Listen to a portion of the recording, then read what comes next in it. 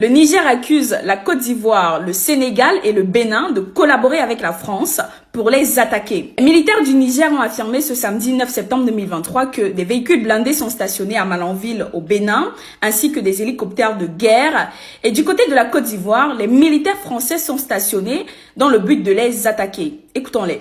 À la connaissance de l'opinion publique nationale et internationale, qu'en dépit de l'annonce de ce plan de retrait, la France continue de déployer ses forces dans plusieurs pays de la CEDEAO, dans le cadre des préparatifs d'une agression contre le Niger qu'elle envisage en collaboration avec cette organisation communautaire.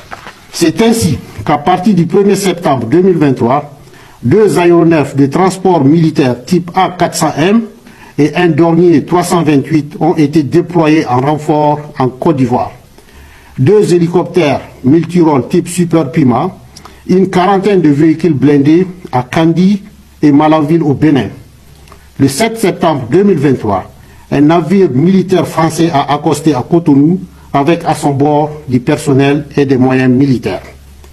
Une centaine de rotations d'avions militaires cargo ayant permis de débarquer d'importantes quantités de matériel et d'équipements de guerre au Sénégal, en Côte d'Ivoire et au Bénin, pour ne citer que cela. Le Conseil national pour la sauvegarde de la patrie et le gouvernement de transition dénoncent et fustigent ce manque de sincérité.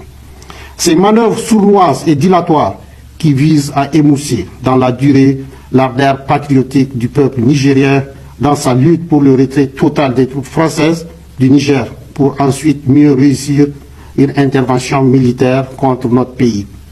C'est pourquoi le Conseil national pour la sauvegarde de la patrie et le gouvernement de transition lancent un appel solennel au grand peuple du Niger à la vigilance et pour ne jamais se démobiliser jusqu'au départ inéluctable des troupes françaises de notre territoire, la terre de nos ancêtres. Enfin, le Conseil national pour la sauvegarde de la patrie et le gouvernement de transition prennent à témoin l'opinion nationale et internationale sur les conséquences de cette attitude agressive, sournoise et méprisante. Alors, dites-moi ce que vous en pensez de cela dans les commentaires et on se dit à la prochaine.